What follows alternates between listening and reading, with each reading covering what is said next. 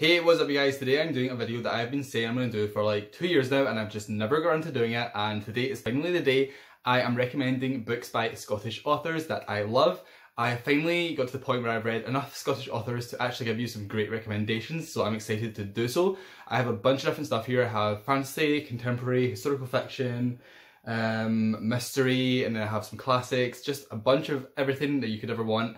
And I hope you enjoy. I hope you like these recommendations. If you've read any of these books or if you have further recommendations for me, I would love to hear them down below. And without any further ado, if you enjoyed this video, please leave a like and please subscribe, and let's get started with recommendations. So I have to start this video off with my absolute favourite, and that is the YA fantasy series, The Four Treasures. And currently there's 3 books out in this series. So the first one is The Stone of Destiny, the second one is The Cauldron of Life, and the third one is The Sword of Light, and the fourth book is coming out later this year. And these are all by Caroline Logan, and I'm trying to think of like an easy way to summarise like what's obviously like a thick series. But basically the first book starts off with Elsa. She is a loner who is just kind of like out on her own. She has no family. She basically lives in like a cave, and she meets a brother and sister, Selkie, who basically recruit her to look after them and give them some protection as they go on a little bit of a mission. And then she meets a prince of the country that they live in, and then the 4 of them have to go on an adventure to find the Stone of Destiny for reasons. And then, you know, obviously the series just grows and grows and grows, and at the end of the 3rd book, we are basically on the brink of an all-out war where they have realised that they need to find the 4 treasures to basically save the world. And I absolutely love this series. I have read the first 2 books twice and the 3rd one once. I reread both of these for the 3rd one coming out, and I think later this year when the 4th one's coming out I will reread the whole series again. They are just so fun. They have like the best found family. I absolutely love the found family trope, and this is like an amazing display of the found family trope. It has you know, so much like Scottish mythology and stuff involved in it. It's all fictional. It's not actually set in Scotland, but it's a fantasy world based on Scotland. And, you know, it also incorporates like Scottish myths and also just Caroline Logan's own inventions and stuff like that into it. And I just absolutely love like everything about the series. I think it's so fun. I honestly can't really think of like a single flaw other than I want to read the 4th book right now. So yeah, I highly recommend this series. Like I said, it is YA fantasy, so it is quite easy read. The text is semi-big, like you can fly through these books really fast, and I highly recommend that you do. So now I'm going to talk about my favourite contemporary book, maybe ever. I've read this one twice as well, and that's Eleanor Oliphant is Completely Fine by Gail Honeyman, or Honeyman, sorry. And this follows a woman who is quite quirky, kind of weird. She has like basically the same routine where she goes to work Monday to Friday and then comes home and gets blackout drunk and talks to her mother on the phone, and her mother is very abusive and basically just like puts Eleanor down. And then she has a bit of a breakdown. She makes a friend and basically kind of just like starts to reevaluate her entire life and try and piece her life back together and become a new, happier person. And there's more to it than that, but that's all I'm going to say. I absolutely love this book. I think it's so funny. This is one of the few books that's actually made me laugh out loud like multiple times, and I don't know why. I just think Eleanor Oliphant as a character is like so unintentionally funny, like obviously intentional on the author's part, but like she just says like so many weird like quirky things that she doesn't even realise like are weird. And I don't know, I just think she's so funny, and I absolutely just like love the story. I love as well like the real friendship that, you know, saves her life basically. I'm pretty sure the guy's name is Raymond, and she's the guy in her work, and at first she's like, who is this weirdo? Why is he trying to talk to me? Like, I'm quite happy in my bubble, I don't want friends.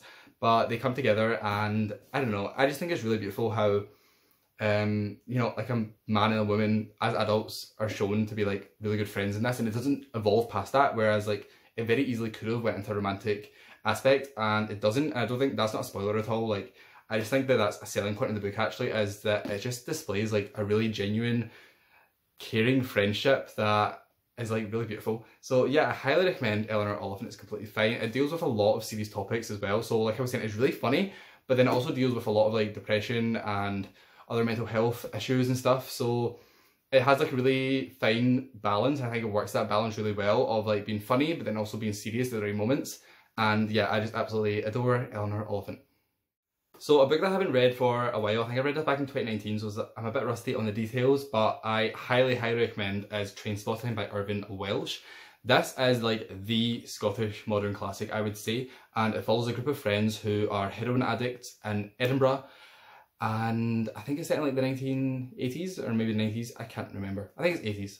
And basically it's just about how their lives are destroyed by heroin. So it's a very dark, depressing read, like basically every content warning possible for this book. It has a lot of really dark topics in it, but kind of similar to Eleanor Oliphant, it actually has a bit of a dark comedy side to it as well. Like, it's very depressing and disgusting, and it like does not hold back at all. It goes into like the gory details of drug addiction, but it also has like a little bit of humour to it, which is hard to describe and hard to imagine unless you read it. What I will say though is that this book is written in kind of like a Scots dialect, mostly around like the kind of Edinburgh area accent based. So it's difficult to read if you're not used to that, which, I mean, no one's used to that because it's not a typical way to read a book. And basically the entire book is written that way. So it is harder to read. It will take you longer. Like, even me, obviously I'm Scottish, it took me longer to read than a normal English written book, but it's definitely worth it. It is very captivating, very memorable. It will stick with you. You know, the characters, they're horrible people, to be honest. They are horrible people, but they're so deep in their drug addiction that you do sympathise with them. And I just think it's, you know, one of like the must read like books from like recent years from Scotland. So similar to Trainspotting, we have The Young Team by Graham Armstrong. This is also written with like a Scottish dialect to it. This one is more based in central Scotland, as the author grew up 10 minutes away from where I grew up, and is very much set in like the area that I grew up in, which was really interesting. But not directly, but like close enough. So this book follows a group of young people, young men mostly, and they are in a young team, which is basically like a youth gang. That is like kind of the Scottish term for it, I guess you would say. And it basically just follows these characters as they grow up, and they are trapped in this life of violence and drugs, and they cannot get out of it because every time they try and get out of it, you know, something sucks them back in, and their whole life is basically destroyed by violence. And, you know, drugs play an aspect to it as well, not to the same level as Trainspotting, but it definitely does delve into the drug culture of Scotland. At the time specifically, it's set between 2005 and 2012, I don't know if I already said that. And, you know, it just is such a really gritty, realistic book, and I felt like I knew these characters in real life because obviously it is set, you know, 10 minutes away from where I grew up in a time period that I was growing up in, which was really interesting to read about. It was very surreal actually, because I felt like I knew these characters. I was like putting like names of people I knew in real life to the characters in this book, and it was such a weird, interesting read for that reason. But I highly recommend it. Like I said, I gave it to my friend to read straight afterwards because I was like, you need to read this, like it is so good. And it's just one of the most realistic books I've read, purely because I could relate my own experience so much to it. Like, obviously I was never in a gang, but, you know, I very easily could have been if, you know, I wasn't who I was. I don't know, I feel like your personality type is really dependent on these things. But yeah, I just, this was such a gripping story, just purely for those reasons that I guess not everyone will have, because I felt like I did have quite a personal connection to this book. But I think that even if you don't and you're not from Scotland, I think it is really interesting still. And again, some people will struggle with it because of the dialect and the way it is written. It will take you a little bit longer to read. But again, just like Trainspotting, I really do think it's worth it. And I think that it really adds so much character to the story. Like, the story just would not be the same if it had these characters speaking in proper English, because people, they grew up like this, they're in these young teams, in these situations, you know, they don't speak proper English, you know, they do speak with slang and stuff like that, which is interesting, and feels almost classist to say, but anyway, I highly recommend The Young Team. I think it's really great.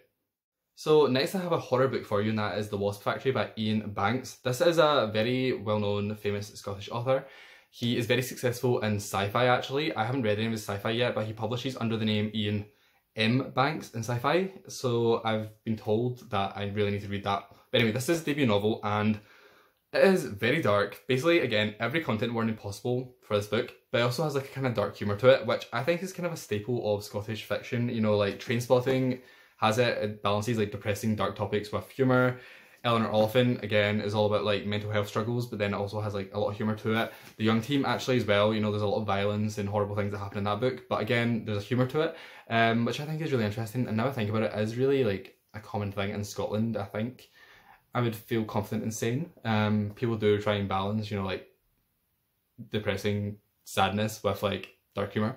But anyway, the Wasp Factory is about this young boy who lives on an island and his brother's in jail and his dad is kind of an alcoholic and a bit absent.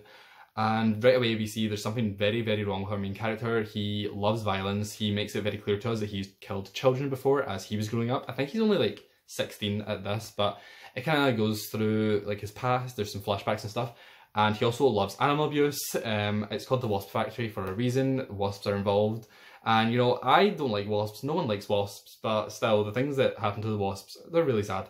But there's animal abuse to like every animal that you can think of, not just wasps, and that was hard to read.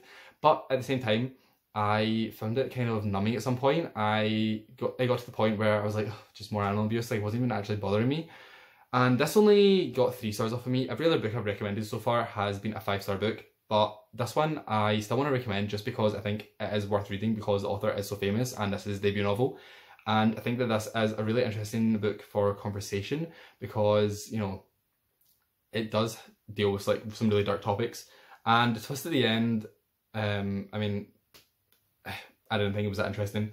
But yeah, I don't know. I think it's just an interesting book that if you're going to pick one, like just one book of all this video, do not pick this one. But I just wanted to talk about it because I just read it like last week. And I don't know, it's a weird book.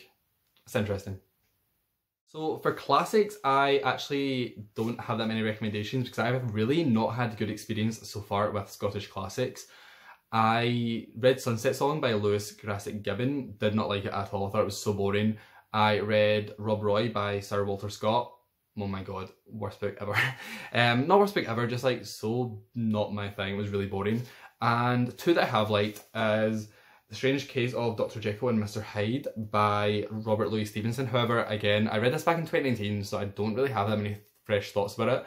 It's basically, if you don't know, about a scientist who has like this alter ego that he turns into, but it's out of his control. That's Mr. Hyde.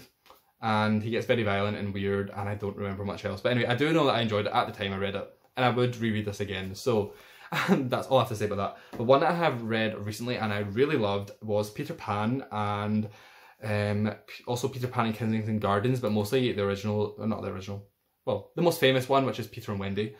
So J.M. Barrie actually is Scottish. Peter Pan to me is such an English story because it's like, you know, set in London before they go to Neverland and stuff.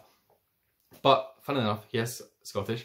And I just absolutely love Peter Pan because it is so unlike what you would expect. If you grew up with a Disney movie, like I'm assuming 99% of us did, you think Peter Pan is this like whimsical tale, like Neverland is like this fun place with some goofy pirates and stuff. No, in this book, everything is so dark, so violent. Peter is like not a nice person at all. He is just like so uncaring and forgetful and like borderline abusive, and you know, he murders the pirates. Like it's not just like fun games like them playing sword fights. No, he actually murders the pirates.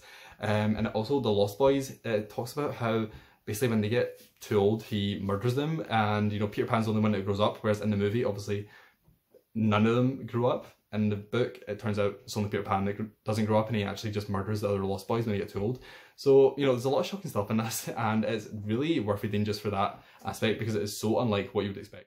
And then finally, this one technically does not count because this author is Mexican and not Scottish. However, these books are set in Edinburgh and also just Scotland in general, and I absolutely love them, and that's the Frey and McGray series by Oscar Demurio. I own these 3, but I think there's 6 books in total. I've read them all, and I think all of them were 4 or 5 stars, mostly 5 stars.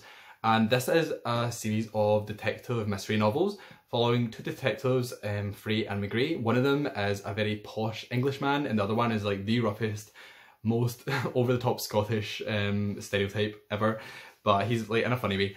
And it's set in the 1880s, and it's basically just these 2 detectives trying to work out, you know, if these mysteries are paranormal or just, you know, normal people with some spooky activities. So it's kind of like Scooby-Doo in a way where, you know, they keep trying to tell you like, oh, but what if it's paranormal? What if there's like magic involved? And then normally it's just a man in a mask, but not always. Maybe, I don't know, don't want to spoil things. But yeah, I absolutely love this series. The 3 that I own are The Strings of Murder, A Mask of Shadows, and A Fever of the Blood. And I think A Fever of the Blood was my favourite one. But basically, yeah, they're all just like detective mystery novels, and I absolutely love them. And again, he's not a Scottish author. However, I don't have enough Mexican authors to make a Mexican author recommendation video, and I want to talk about these anyway because they're set in Scotland. So yeah, just a little quick shout out to these books. I think they're so fun. Like, every single one is a wild ride. I can never really predict where they're going, but everything always comes together in like a really satisfying way that makes a lot of sense, which I really appreciate. So yeah, highly recommend this series here. So those were all of my Scottish author recommendations. Also, I just remembered I had a Scottish flag, so here you go. A little Scotland flag for you. Yeah, if you enjoyed this video, please leave a like, please subscribe. If you have any more Scottish author recommendations, let me know down below. I will add them to my list. I have a little list on Goodreads of like Scottish books that I want to get to. Do I ever get to them? No. But one day I will, I promise. You know, we all know what it's like with TBRs. We make these lists and then we find other books and then the TBRs just grow. You know what I'm talking about. But yeah, anyway, let me know your thoughts on any of these books or any other books down below. Comment, subscribe, blah blah blah blah blah. Leave a like, and I will see you in my next video.